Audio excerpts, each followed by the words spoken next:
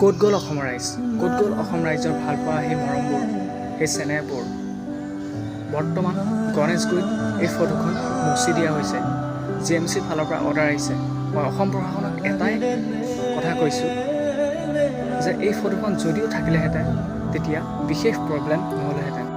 বৰ্তমান জুবিন দা আমাৰ মাজত নোহোৱা হোৱাত অসম ৰাইজ বহুত আৱেগিক হৈ পৰিছে আৰু সেই অসমৰ ৰাইজে লাহে লাহে লাহে লাহে জুবিন দাক মানে এই সত্ৰাজনক পাহৰিব ধৰিছে আৰু তাৰেই প্ৰমাণ আজি এয়া। একচুৱেলি আপোনালোক সকলোৱে মোক বেয়া পাব পাৰে, কিন্তু প্ৰকৃত কথাটো সেইটোৱেই। গোটেই অসমৰ ৰাইজ আহি যদি প্ৰতিবাদ কৰে তেন্তে সেই ফটো মোচাৰ কাৰো ঘাণ্টা অকাত নাই। কিন্তু সকলোৱে দেখি আছে, কিন্তু চবেই ভাবিছে যে কিমানো আৰু জুবিন জুবিন জুবিন কৰি দিম, বাদ দিয়া। কিন্তু সেই কথাটোৱেই আজি জুবিন দাক আমাৰ মাজৰ পৰা আঁতৰাই লৈ গৈ আছে।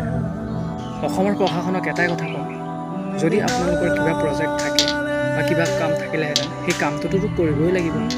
চ' সেই ফটোখন যদিও থাকিলেহেঁতেন একো বেয়া নালাগিলেহেঁতেন বা এনেকুৱা নহয় যে কোনো কাম ৰখি থাকিলেহেঁতেন। নাজানো এতিয়া আপোনালোকৰ আগত কোনে মাত মাতিম, কিন্তু ভিডিঅ'টোৰ জৰিয়তে এটা কথাই ক'বলৈ ওলাইছোঁ, যদিও ফটোখন থাকিলেহেঁতেন তেতিয়া একো বেয়া নালাগিলেহেঁতেন বা একো প্ৰব্লেম নহ'লহেঁতেন। আৰু গৰিমা বৈ ইমান ভালকৈ কৈছে, কোনো খং কোনো ভেদভাৱ নাই। আৰু ময়ো কৈছোঁ কোনো খং একো ভেদভাৱ নাই। ফটোখন যদিও থাকিলেহেঁতেন একো বেয়া নালাগিলেহেঁতেন।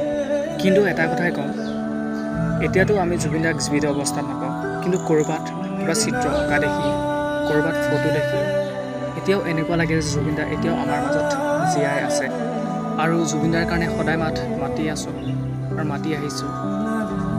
এতিয়াও জুবিন দাই ন্যায় পোৱা নাই। সেই ন্যায় প্ৰক্ৰিয়া বৰ্তমান চলি আছে।